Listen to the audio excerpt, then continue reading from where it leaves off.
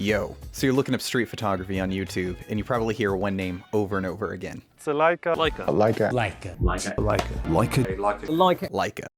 What's up, y'all? Today, we're going to talk about the Leica Q2 and my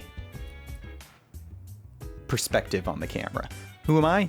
My name's Nick Johnson. I'm a photographer, I'm a street photographer here in Houston, Texas, and I've owned the Leica Q2 now for about 6 months, since October of 2020, and I feel I've gotten a pretty good perspective on how to use the camera, what I like, what I dislike about the camera. I wanted to kind of give that perspective to you guys. There's a lot of reviews, a lot of very good reviews on YouTube that talk about the specs and the more quantifiable aspects of the camera. I wanted to talk about the things that are less number-based and more so subjective, things that I specifically like.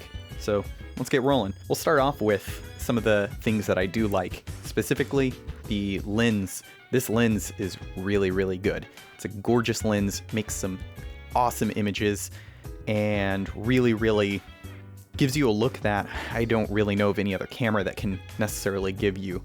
Whenever I'm scrolling through Instagram or Flickr or whatever it might be, there's sometimes where I see images and I think this looks like a Q image, and lo and behold, a shot with a Q. At wider apertures like f1.7, you can really get this interesting separation from in focus to out of focus.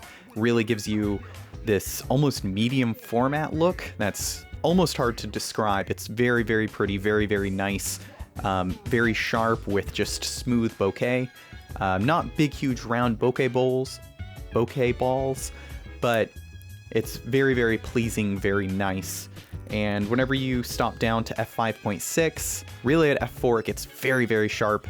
F8, it's super duper sharp. I typically shoot at f5.6 to f8, considering most of my photography is street photography. Sometimes I shoot at f16 even, and even at f16 it's incredibly sharp. Really no signs of diffraction or major signs of diffraction, and I use it quite often at f16 if I need to get everything in focus. And that kind of leads us to the shutter. This camera has an incredibly quiet shutter. It's a leaf shutter. Super duper quiet. Let's super duper quiet, which is very important whenever you're shooting on the street. It really helps keep you stealthy and not noticed. Not necessarily that I'm trying to hide the fact that I'm taking photos from people. It's just whenever you're out and about, you don't necessarily want to frighten people or to draw unnecessary attention. And a very quiet shutter kind of keeps that stealthy element. You can kind of just take the shot, keep walking, keep going without drawing too much attention, alerting people around you that you are taking photos. I think that's really important whenever you're out on the streets. You want to keep kind of a low profile, not necessarily sneaking, but not drawing too much attention to yourself. That goes to kind of the next thing, is that this is a rangefinder style camera. It doesn't have an actual rangefinder. It is an EVF, an excellent EVF, but when you're holding it up to your eye, instead of having it in the center like an SLR style camera where the majority of your face is covered, it's instead you're bringing it up to just one eye. Your right eye should be bringing it to your right eye. If you're left eyeing a rangefinder style camera, I'm sorry, you're just not doing it right. Sorry, left eye dominant people.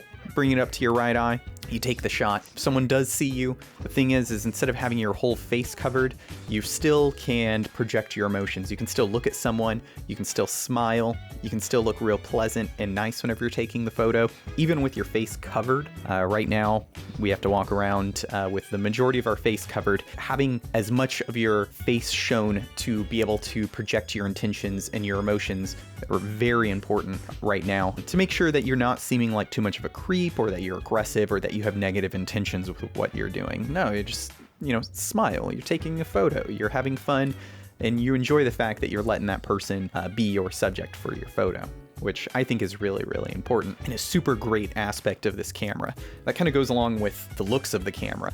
It's a fairly modest looking camera. It's not a big, huge DSLR. Even a lot of the mirrorless cameras are very large and daunting. It has a small lens to it. You don't look like you're some sort of professional or some sort of voyeurist. With a fixed 28mm lens, you're not taking shots from really far away. you have to get close. You're getting into people's personal space. So seeing that you're smiling, you're not, you don't have a very intrusive sounding camera with the shutter, and you can still see a lot of your face, and even the camera that you're taking a photo of them with is something that's kind of neat and interesting. A lot of times the response is, what type of camera is that? Or can I see the photo? Things along the lines of that, as opposed to, why'd you take a photo? And I feel that's really important, and having a camera that looks nice and isn't scary looking really helps with that. Another thing I've done is I've covered up the Leica dot. Whenever I'm holding up the cue to my eye, normally that dot aligns with your eye, and it kind of gives a little bit of this scary element, being stared down by a red dot. And I don't like that. Kind of reminds me too much of T1000 or something. So I blocked it, and it gives me the cool street photography cred. Another thing I like a lot is the 47 megapixel sensor. I can't shoot straight perspective photos for the life of me. I'm always kind of Dutch angles unintentionally. And with 47 megapixels, you can crop all day, every day, which has given me a lot of leisure to take the photo quickly, not have to worry too much about composition. I can crop in at a later point in time and not lose much of any resolution. And especially with my intentions, mostly posting on social media, things along the lines of that, it's not really that much of an issue ever. It's really given me a lot of versatility and made me save photos that I might have not necessarily have taken. Another thing is that this camera is pretty small, especially compared to a lot of other full frame cameras. What I'm shooting on right now is actually the Panasonic Lumix S5, which everyone talks about is a very small full frame camera. It still is significantly larger than the Q2, and it's even with smaller lenses, things like that, it's still much, much larger. So with me, I don't live close to the city, so if I am taking the trip out to go to downtown Houston, I gotta make sure it's worth it. So I'm out there for a few hours at a time, out there shooting, carrying this camera wrapped around me, and despite the camera being hefty and being solid, it's not so much that it weighs you down, it doesn't necessarily get into the way, and you can kind of sling it around your side and walk around like you don't have a camera. It makes it really, really pleasant. It also means that you don't have to carry around a huge camera bag. If you are carrying around a bag, I typically carry the most minimalist bag that I can, lightest pack that I can. It's kind of the best parts about the camera is that it's small, light, easy to use. The ergonomics are strange compared to something like most mirrorless bodies. It doesn't have any grip really, but I use a rear thumb grip, and to be honest with you, my kind of go-to is putting the strap in between my middle finger and my index finger, holding it, and the thumb grip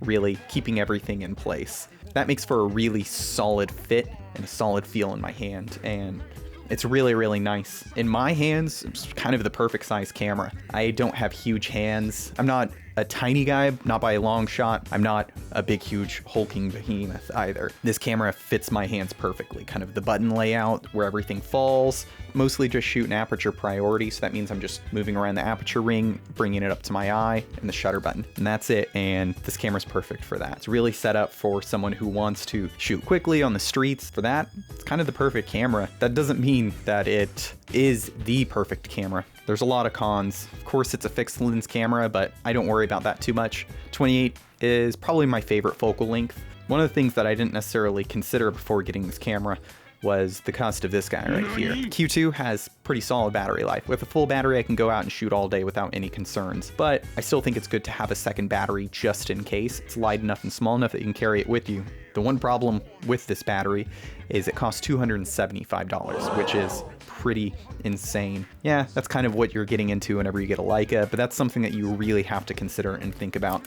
Another thing are memory cards. This uses UHS-2 style memory cards, and I highly suggest using a UHS-2 style card. The 47 megapixel files clog up the buffer fairly quickly. You can really take about 3 shots before it clogs the buffer if you're using a very slow card. I have a collection of old, slow memory cards that just don't really cooperate too well with the Q. I am not out there shooting sports games where I'm just kind of blowing through burst shots, but when you're on the street and you're wanting to take a photo pretty quickly, 3-4 shots within a second or two is enough to clog up the buffer. So switching over to a UHS-2 card is really important. That also brings up the next thing, is that editing 47 megapixel files have a bit of a different workflow than if you're using something like a 24 megapixel camera. Just your file transfer times compared to what I was working with before, I would transfer a day's worth of photos in maybe 5 to 10 minutes. With the Q2, using a slower USB 2.0 SD card reader, it would easily take me 20, 25, even 30 minutes to transfer the files. So I ended up actually getting a USB Type-C 3.2 UHS compatible card reader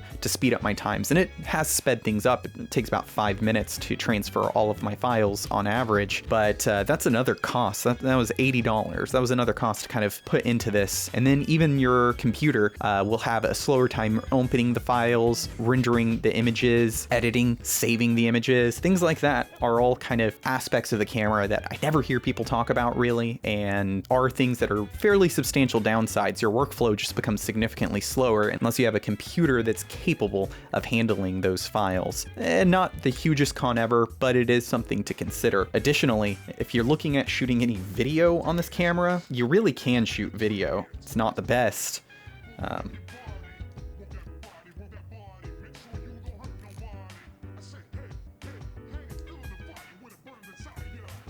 Here's video on the Leica Q2. Who knows if anything's in focus, actually. I just thought about that.